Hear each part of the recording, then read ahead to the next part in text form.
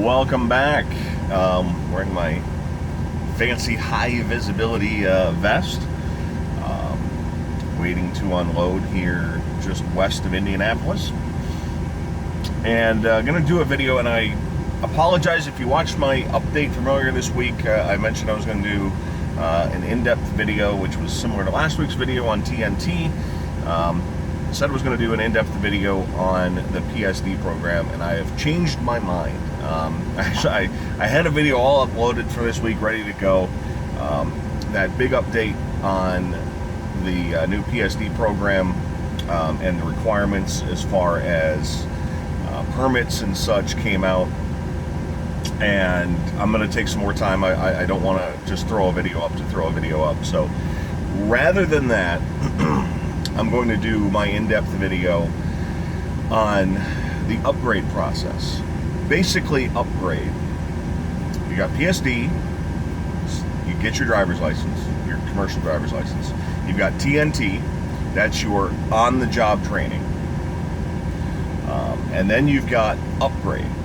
And folks want to know, well, what is all involved in upgrading? What is upgrading? What is involved in it? What's it all about? Upgrading basically is Prime's terminology for you get your own truck. You finally are allowed to be on your own. You drive by yourself.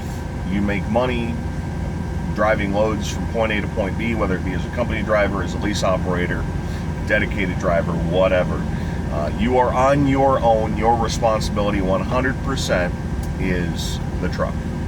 You can obviously call people. You can use any and all resources available to you, and you certainly should use those resources. Former trainers, your fleet managers, things along those lines, to make sure you do the job to the best of your ability.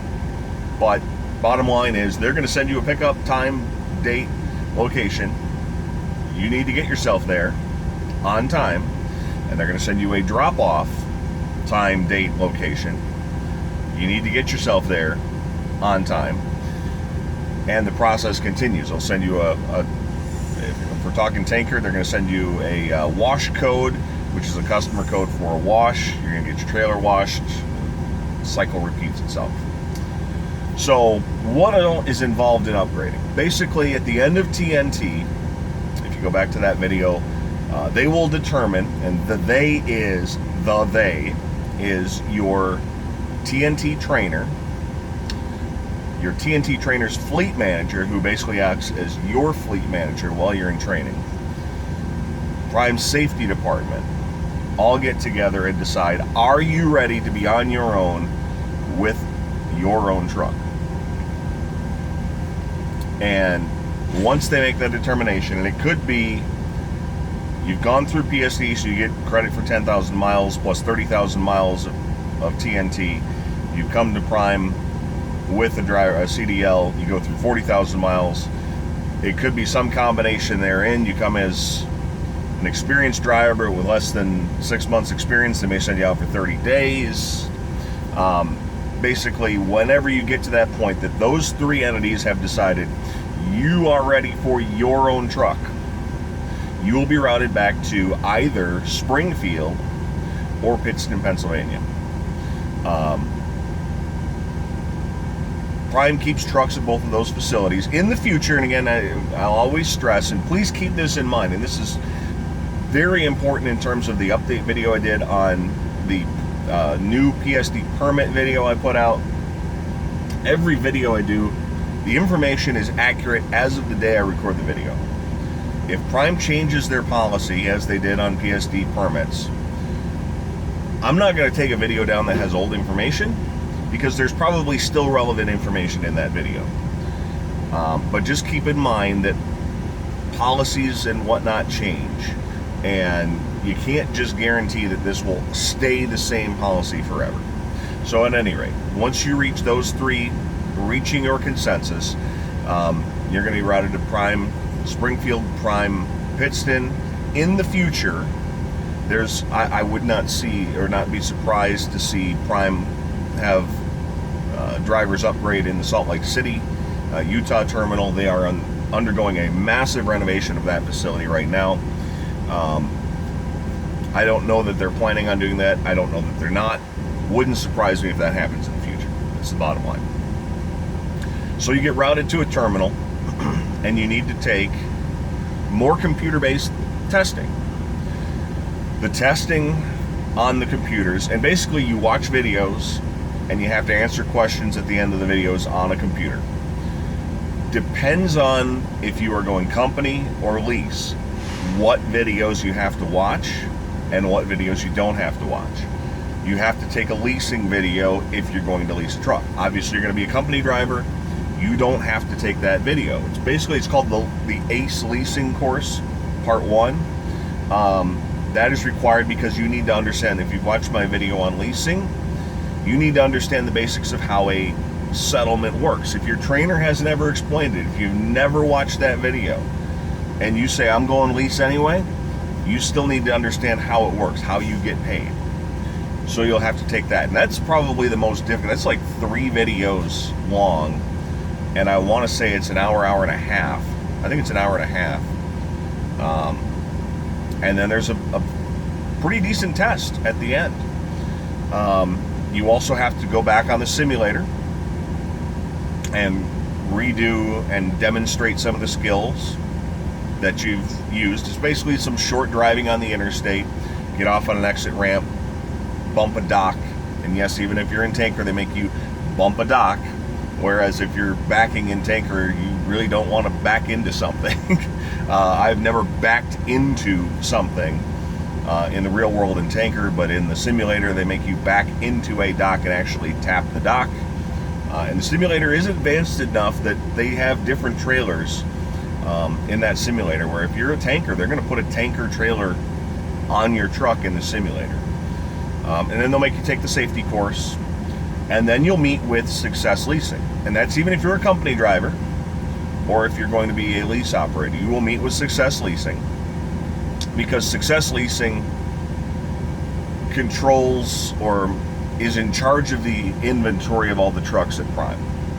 So if you're a company driver, you will go to Success Leasing and you will be assigned a truck. I've mentioned it before.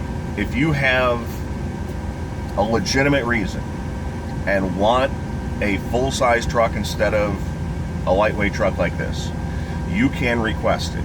I would suggest putting that request into your fleet manager. Special reasons for saying you need a full-size, a condo rather than a lightweight. If you plan to have a spouse on the road, girlfriend, boyfriend, anything along those lines, your family come out with you if you've got a young one. If you want to do that on a regular basis or permanent basis, you can request a condo or a full-size truck.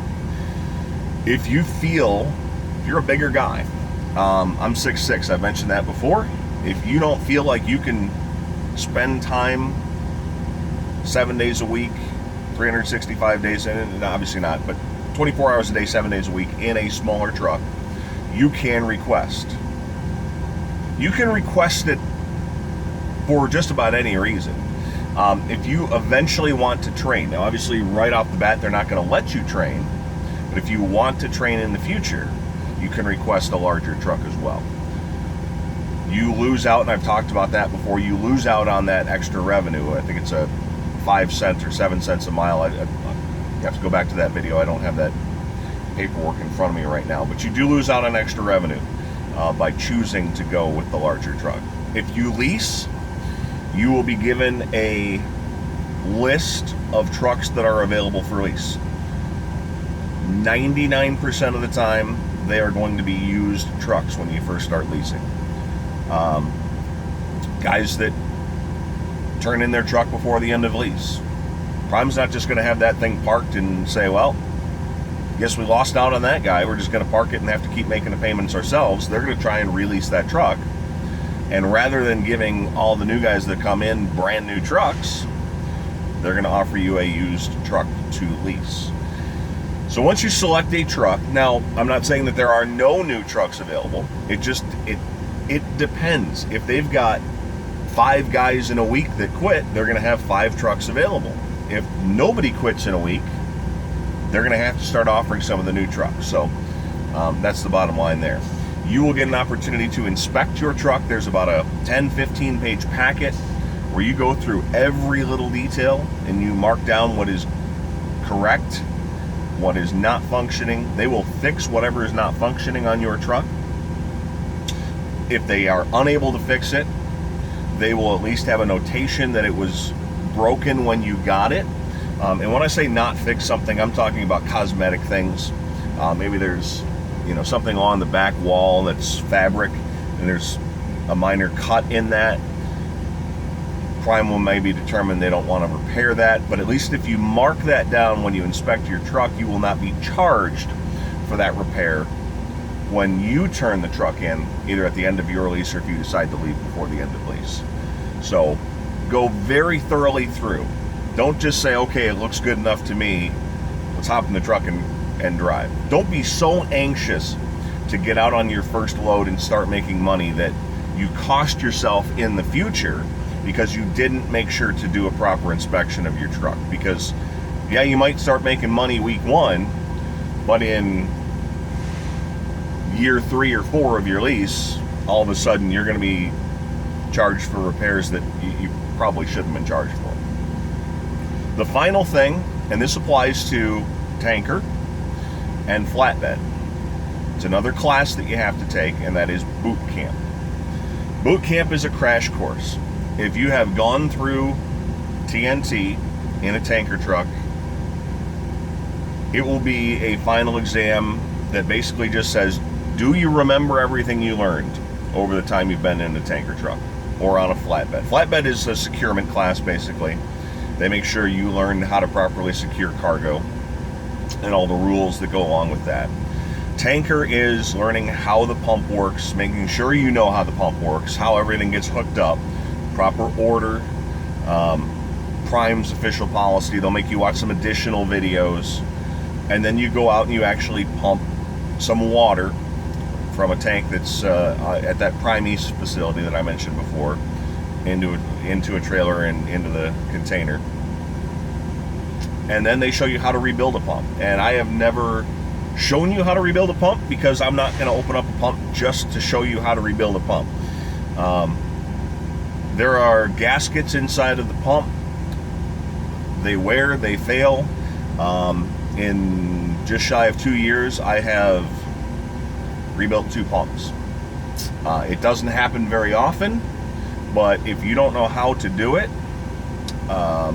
you're going to be in a world of hurt because they're going to have to send another truck to help you repair that pump. So Prime, make sure you at least have done it once before you head out on your own. So that will be done as part of boot camp. And then you're free to go on your first dispatch and start making money. But that's what Upgrade is all about. It sounds like it's some big thing. Tanker, flatbed probably will be there longer. Probably will be there for a full week. I personally was dropped off on a Sunday. I got most of my computer-based training done Sunday night.